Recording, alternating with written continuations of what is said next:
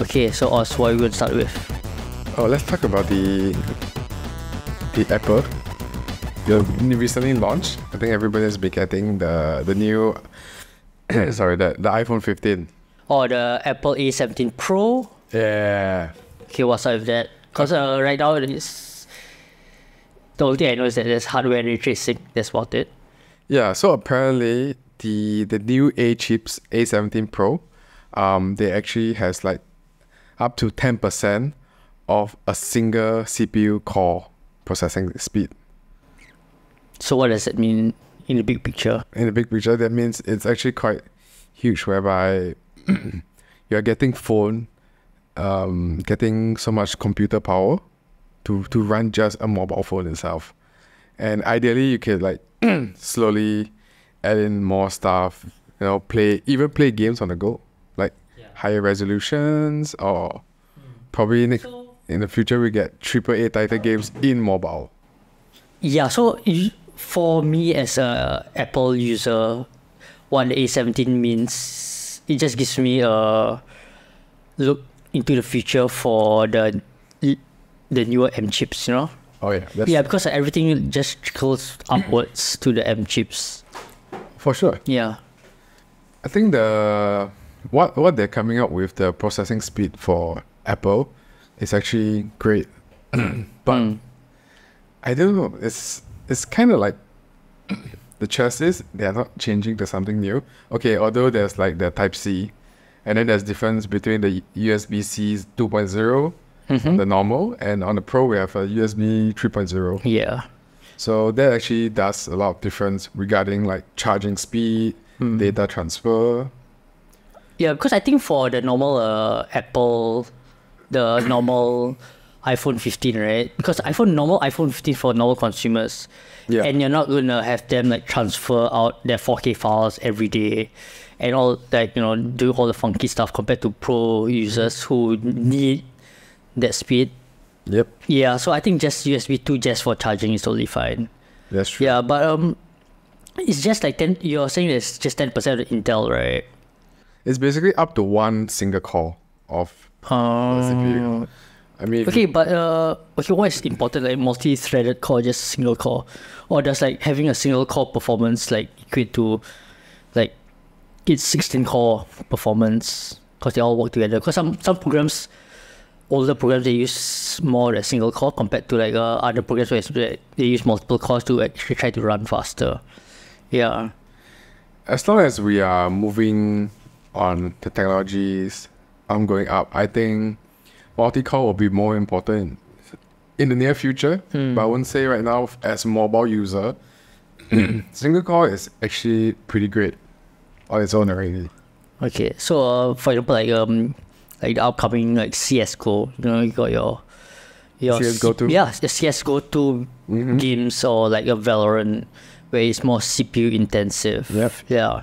So if for example we are able to play Valorant on a Mac, do you think it's gonna affect it? Because know that A17, if you transfer it up to M3, right, it's gonna be like almost double the kind of performance. Ideally, I don't think it's gonna change a lot of ways in regards to the game. But I mean, introducing on the Mac, you might potentially have more players, slightly more than what you're currently having right now. And I think Apple is moving to the part where they're trying to allow more AAA, maybe not AAA, like base game coming on to their Mac OS, because initially I think everybody was like talking about Apple, like, I mean, you pay this much, you could actually get like a mid to high end range of a computer. For desktop, right? Yeah, for a desktop. And then to play like very high end games, AAA title games. And then you pay so much just for the Mac, and the best you can do is probably doing video editing for the day. Yeah, okay, so for me, because I have both a PC and a Mac. So before, when Mac was running on the older Intel thing, right? The problem with that is because Mac was very optimistic about Intel's performance. So then you got your cooling issue, your whatever issue, and all that stuff. So when I custom made a I own a AMD PC, right? That was just a 3100 CPU with a 1660 GPU, and that runs. Cannot be predicted with certainty. Present understanding in various scientific fields and Okay, Siri is listening to us. Yeah, that's it. Just set the airplane. It's always listening. How do I even turn off Siri? Okay, anyway, yeah. So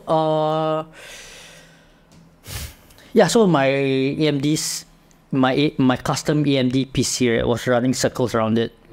So eventually I started upgrading everything until I got to a point where my CPU was a AMD 5950X with a 3070 GPU. Okay. Yeah, that was like really good for like video editing, for playing games, bullying kids online and all that stuff. Yeah, then the M1 chip came out. That's pretty good, but it was not as good as 5950. But when I got the M1 Pro chip, right, it's not even the Max or whatever, so it's like just a Pro model of the normal M1 chip, and that one's running circles around that current custom PC build, the 5950 with the 3070. Yeah, so it's like it runs well for like Adobe or the Pro programs, but obviously you can't play video games. I was playing a Resident Evil Village on it. I actually bought it. Okay. Yeah. So it runs fine. Okay. But because we played like Resident Evil Village on the PC, right? Yeah. It runs fucking good. So I have another like a 240 hertz monitor. Oh, okay. Yeah. But then when I was playing it on the Mac, by technicality it runs smooth. But it started, right? I would say it started because it was only able to play in 60 hertz. So there's a limitation of the Mac.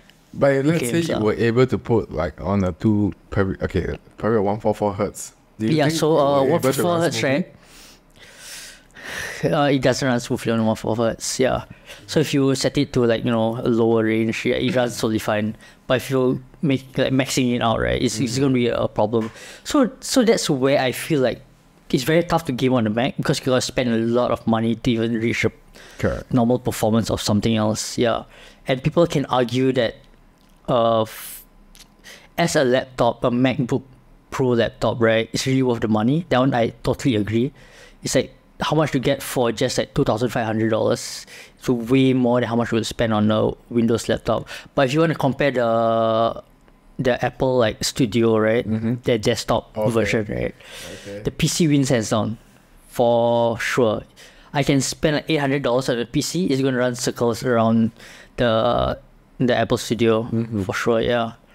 So I don't feel that like hype about this whole A17 Pro chips, like 10% of the Intel and all that stuff. Yeah. What matters more is how it's actually going to run in a real situation, and not like Geekbench scores and stuff.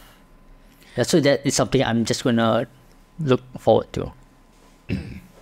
I mean, Geekbench 6 is actually quite it's actually very useful. I'm not gonna lie. It's gonna let you know, like, it's gonna push your core all the way to the max to let you know, like, how high your this chipset can actually go into lah. Yeah, I think it's fine lah. But till then, we still gotta wait, man. I mean, Apple has a lot more improvement to make. Not gonna lie. Yeah. There's still more improvement to make, but till then, we're gonna make do what they have first. Yeah, I mean, Apple is great for work, but aside from that, I mean, it's just over-glorified the email machine lah. Over-glorified email machine. Yeah, which you can do on your phone. So like, and most of the time, most people who actually play games, right, they're more casual. So mobile gaming, that's why it's like quite a big industry right now. That's true. That's true. All right, let's see. So, but how do you feel like playing Resident Evil on your phone? Or Assassin's Creed, because that one's coming out as well next year. Honestly, I'm not really a mobile or laptop gamer per se, because ideally when I play, like, let's say any games on my computer, right, if you have noticed, like, I'm not sure, did you post the photo at that time? Which one? The RGB? Yeah, the photo I sent you. Yeah. Okay, So if you guys have seen my setup, right, I've always focused on the airflow because I know how hot like the high generation, be it graphic card, CPU, RAM, will always go into. So to me, mobile game and laptop gaming is not a thing because I don't like to feel the heat. It makes me feel that like, oh shit, is my thing gonna burn? Yeah. And especially people who plays. I don't mean to disrespect anyone like playing mobile game, but when you play the mobile game and then you charge at the same time, I don't get it. I don't get how people still can. It's going to get super hot. Yeah. Okay, so the thing is, right, for mobile gaming, like, I used to play like PUBG, like mobile, right? That's fine, you know. Yeah, no, because that heats up there as well. But it only heats up if you're playing it over a long period of time. Correct. So, I mean, if you're playing responsibly on the phone, you shouldn't be playing for 3 hours straight. You should just play 1 hour, like bully a few kids online for an hour. Then you're 2 matches, you're done. And I that's think it. it's just for a quick game. A quick game is totally fine, yeah. Very fine. But if it's gonna be long games, then probably not. Like so the first mobile game I actually bought was GTA Vice City on the App Store. On mobile. Mobile. Was on the mobile. How is it like Vice City? Yeah, Vice City. Yeah, because I used to play on a PlayStation all the time. But for mobile, right, it's like, how do you even like perform? It's actually quite great. Depends on the mobile. Wait, how's the graphics? Is it trash or I won't say trash. It's like how you will play Vice City. It's on just PS? So. yeah. It's just a little bit Clayman, Oh, okay. but Okay. ideally the whole story, everything is still great. Then the next game, I did play PUBG for a while. I mean, I played those previously with my Yeah. ex thing. Yeah, so they love playing PUBG, and I joined them to play PUBG. And after a while, I realized that my battery depletes a lot, and it's also tough because I don't like to keep charging my phone. Yeah, it destroys the But battery then life. nowadays there's like wireless charger. Oh yeah, the wireless charger, everything. It's great. I do love the wireless charger. If, let's say I were to have one. I mean, I'm planning to do one, but I'm planning to do like one underneath my table. So when I place my phone on top of any surface, it charges. That would be great. I do know that Omides does this. Yeah. So who knows? Yeah. So I mean, talking about like overheating phones, right? So I can't remember who, I think it's a China brand, right? That has a MagSafe. Huawei. So Huawei? No, it's not Huawei. It's a Xiaomi? fan charger. Oh, okay. Yeah. Okay. I remember that. There was one. Because I know Razer has a fan, Razer has but I'm not sure whether does it charge or not. the What's it? What's it from? blood. Oh, I don't know. just. Okay. What's that for? ROG also came up like with a charging. Oh, right. ROG has one. The also. cooling system when you Yeah. play game. That was just like really a bit much lah. But I think I saw it on Reddit. There's this one China dude who customized his own fan at the back. Apparently, he shows that the metal frame turned into ice. He made a portable aircon, a mini one. Blast his Oh, phone. that's fucking good though. It's so good. And then he showed when he was doing like when he played the game, and then he showed the temperature. It was about like 50, after like 2-3 hours of games. Wow, sorry. That's amazing, I would say. So I think in the future, likely, you see, we have laptop cooler. I'm not surprised mobile phone coolers are also coming out in the near future. It's really out somewhat. Yeah, it's out. Maybe it's the China brand who started first, but the ones that I know of is ROG started. Is it ROG? ROG started, then Razer started.